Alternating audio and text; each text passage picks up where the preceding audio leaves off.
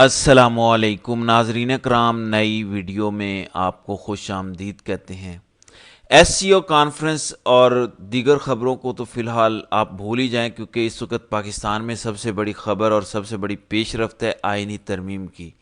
26ویں آئینی ترمیم پر اس وقت کیا صورتحال ہے، نمبر گیم کی کیا سچویشن ہے، پی ٹی آئی کے لوگ کہاں کھڑے ہیں، مولانا فضل الرحمان کہاں کھڑے ہیں، اور پھر آج لاہور سے کیا بریکنگ نیوز آتی ہے، مولانا فضل الرحمان اور نواز شریف کی ملاقات میں کیا طے پاتا ہے، اور اس ساری صورتحال میں اگر نمبر گیم پورے نہیں ہوتے تو پھر الیکشن کمیشن سے کیا خبر آتی ہے، اور justice Mansoor Ali Shah and company کا کیا کردار ہوتا ہے، اور پھر سب سے اہم کہ پی ٹی آئی جو کہ ایک فریق ہے، بیرسٹر گوہر علی خان اور علی امین گنڈا پور، کیا احتجاج ہوتا ہے، کیا کیسے اپنے بندوں کو یہ سیکیور کر پاتے ہیں، اڈیالہ سے کیا خبر آتی ہے، تو یہ اس وقت سب سے اہم ہے۔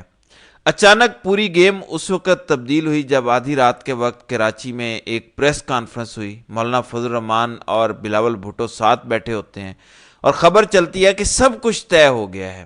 جب یہ طے ہونے کی خبر آتی ہے تو پھر پاکستان کے اندر رومرز شروع ہو جاتے ہیں کہ اچھا مولانا مان گئے ہیں، اچھا مولانا ہاتھ کر گئے ہیں، اچھا مولانا بک گئے ہیں، تو یہ سارے سوالات اٹھنا شروع ہو گئے، مولانا کے کردار پر انگلیاں اٹھنا شروع ہو گئیں۔ لیکن خبر یہ نہیں ہے کہ مولانا نہیں مانا، خبر یہ ہے کہ مولانا نہیں مانا، بلاول مانا ہے، یعنی مولانا نے منایا ہے، مولانا کے مطالبات تسلیم کیے گئے ہیں اور بلاول مانا ہے، کیونکہ بلاول کو آئینی ترمیم کا ٹاسک دیا گیا ہے۔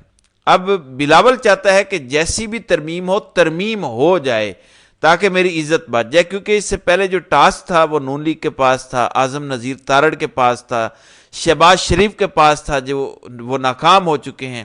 اب بلاول کہتا ہے کہ میں ناکام نہیں ہونا چاہتا، میں طاقتوروں کو خوش کرنا چاہتا ہوں، کیونکہ میں نے اگلا وزیر اعظم بھی بننا ہے۔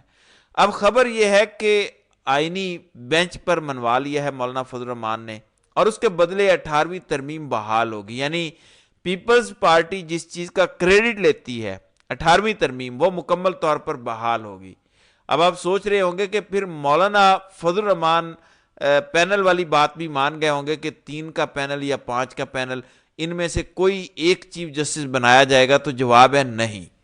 مولانا فضل الرحمان ابھی تک ڈٹے ہوئے ہیں، اور اگر پی ٹی آئی کے بندے نہیں بکتے، پی ٹی آئی کے بندے نہیں ٹوٹتے، تو پھر جسٹس منصور علی شاہ ہی چیف جسٹس ہوں گے۔ اور سب سے اہم بات یہ ہے کہ اب مولانا اور نواز شریف کی جو ملاقات لاہور میں ہو رہی ہے اس سے نکل کر کے آتا ہے، کیونکہ دیکھیں بلاول کو کچھ نہ کچھ مل گیا، مولانا کو بھی مل گیا، نون لیگ کو کیا ملا؟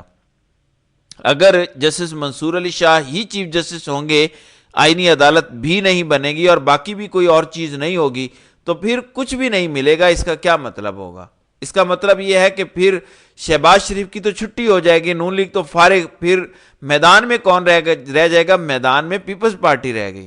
لہٰذا کیا خود ہی اپنے بھائی کا سر کاٹ کر، یا آپ کہہ لیں کہ اپنے بھائی کے سر سے تاج اتار کے آج نواز شریف وہ تاج بلاول کے سر پہنائیں گے یا نہیں پہنائیں گے؟ یہ صورتحال بڑی اہم ہے۔ نمبر گیم پوری نہیں ہے اور پھنسی ہوئی ہے۔ اگر نمبر گیم پوری ہوتی ہے، جو بتایا جا رہا ہے نا کہ بندے چلے گئے، یہ ہو گیا وہ ہو گیا، اگر پوری ہو گئی ہوتی تو 63A کی تشریح کے بعد مولانا فضل الرحمان کی منتیں نہ کرنی پڑتی اور مولانا کی بات پر اتفاق بھی نہ کرنا پڑتا۔ لہٰذا اگر نمبرز پورے نہیں ہوئے تو آخری نظریں اور جو بند کمرے کے اندر فیصلے ہو رہے ہیں، پھر سکندر سلطان راجہ کو یہ کہا جائے گا کہ تم سپریم کورٹ کے ساتھ لڑ جاؤ، بھیڑ جاؤ، اور تم مخصوص سیٹیں اسپیکر ایاز صادق کے خطوط کی روشنی میں، اور جو ہم نے نیا ایکٹ منظور کیا ہے اس کی روشنی میں سیٹیں نون لیگ اور پیپلز پارٹی میں ڈسٹریبیوٹ کر دو تاکہ وہ آئینی ترمیم کر سکیں۔ لہٰذا جو لوگ مولانا پر انگلیاں اٹھا رہے ہیں، مولانا نے بڑا واضح رات کو ہی کر دیا تھا کہ جس مسودے کو مسترد کیا وہ آج بھی قبول نہیں ہے۔ ہماری تجاویز پر اتفاق رائے ہوتا ہے تو بسم اللہ، ورنہ پھر آئینی ترامیم کو آپ بھول جائیں۔ اب کیونکہ اس وقت سب سے بڑا ٹاسک یہ ہے کہ بندے پورے کرو، اگلی بات بعد میں، تو اس سلسلے میں رات کو اختر مینگل کا بڑا زبردست ٹویٹ آیا، اور انہوں نے کہا کہ میں نے اسی لیے ریزائن کیا تھا کہ یہ جو کچھ اس ملک کے اندر ہو رہا ہے، جس طرح کی جعلی گورنمنٹ ہے، اور اب میرے 2 سینیٹرز کو دھمکایا جا رہا ہے، ان کا نام ECL میں ڈال دیا گیا ہے، قاسم رونجو اور نسیمہ احسان کا، تو ہمارے پاس اب کوئی آپشن نہیں بچا سوائے اس کے کہ میں اپنے دونوں سینٹر سے یہ کہہ دوں کہ آپ لوگ بھی استعفیٰ دے دیں. لہٰذا اس وقت ہمارے پاس اس کے علاوہ کوئی آپشن نہیں بچا. پھر سینیٹر ڈاکٹر زرکا جیسی سینئر اور انتہائی میچیور پڑھی لکھی خاتون، آج ان کو بھی ویڈیو پیغام جاری کرنا پڑا اور اپنی تسلی دینی پڑ گئی کہ دیکھیں میں پچھلے کئی سالوں سے عمران خان کے ساتھ کھڑی ہوں، ہم مشکلات کا مقابلہ کر رہے ہیں، اگرچہ میرا بیٹا بھی گھر پر نہیں ہے، ہمارے بہت سارے لوگ مشکلات میں ہیں، میں پھر بھی جنگ لڑ رہی ہوں، میں عمران خان کے خلاف جا ہی نہیں سکتی، میں پاکستان کے خلاف جا ہی نہیں سکتی. پھر شبلی فراز کا ایک ویڈیو پیغام آیا جس میں شبلی فراز نے یہ بتایا کہ مختلف سوشل میڈیا پہ، ٹویٹر پہ، یوٹیوب پہ جو خبریں چل رہی ہیں وہ جھوٹ ہیں، وہ پروپوگنڈا ہیں، وہ ہمارے لوگوں کو بے غیرت کرنے کے لیے ہیں، بے عزت کرنے کے لیے ہیں. ہمارا کوئی بھی بندہ نہیں بکا. جو لوگ اغوا ہوئے ہیں، جن کو مبینہ طور پر اٹھایا گیا ہے، وہ لوگ بھی حکومت کو ووٹ نہیں کریں گے. ہمارے بندے پورے ہیں، ہمارے سینیٹرز پورے ہیں، لہٰذا آپ لوگوں کو فکر کرنے کی ضرورت نہیں ہے.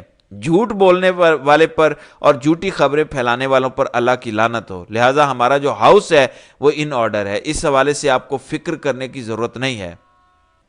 دوسری جانب صدیق جان یہ دعویٰ کرتے ہیں کہ جس شخص کو تحریک انصاف کے سینیٹرز کو محفوظ رکھنے کی ذمہ داری دی گئی تھی، وہی شخص آج کل حکومت کے نمبرز پورے کرنے میں پیش ہے.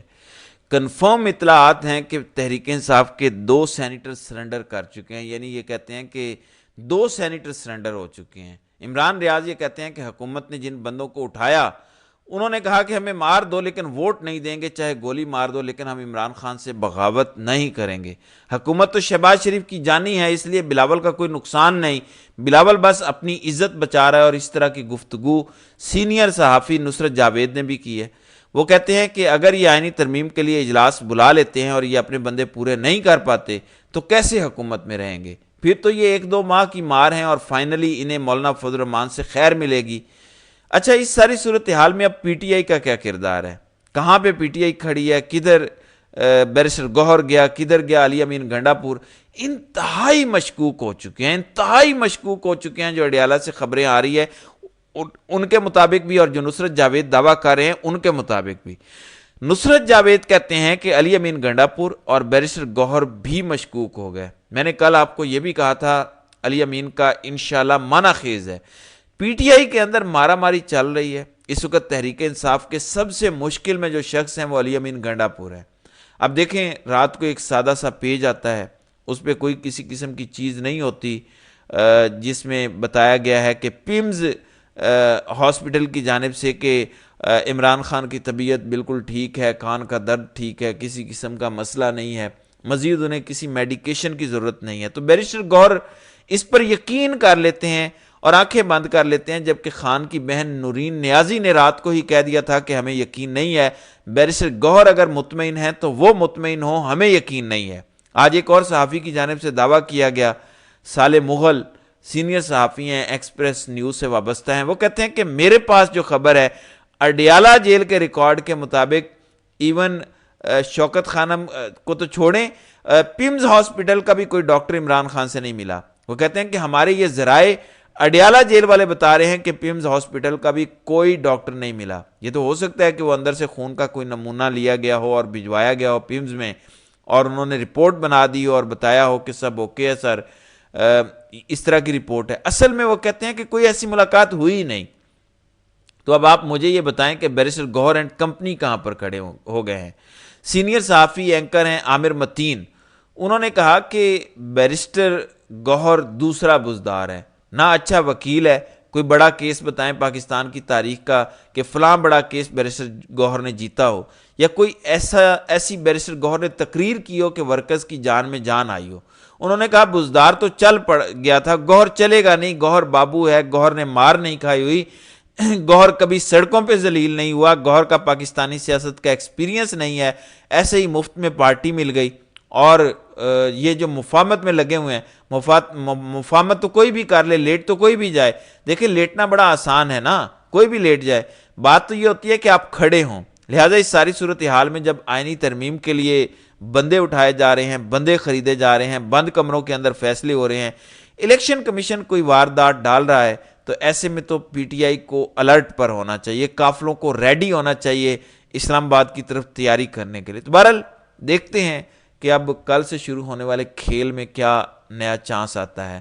تو ناظرین کرام، آپ کی اس ویڈیو کے حوالے سے کیا رائے ہے؟ آپ اپنی رائے کا اظہار کامنٹ سیکشن میں ضرور کیجیے گا۔